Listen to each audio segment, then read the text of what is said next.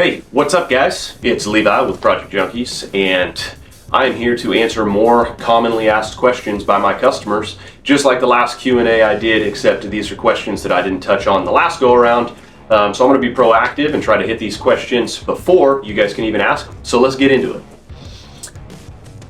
Alright, so first question that I've got on here is how long have I been in business? And I can see why this would be an important question because I've heard a lot of horror stories about contractors that either just started the company or haven't been in business long, and especially in disaster times, they come into an area, they collect money, they do a part of a job, and then they bail after taking your money. So important question, and as of this year, this is 2023, as of this year, I have been in business for almost 9 years.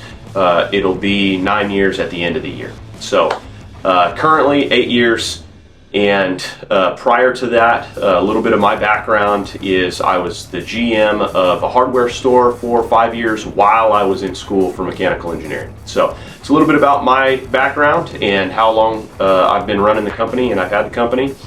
We stay pretty busy, so I got plenty of other projects coming at you, and that's Project Junkeez, baby. That's how we do it. So do me a favor, like, subscribe if that's something that you're into, and we will catch you in the next one.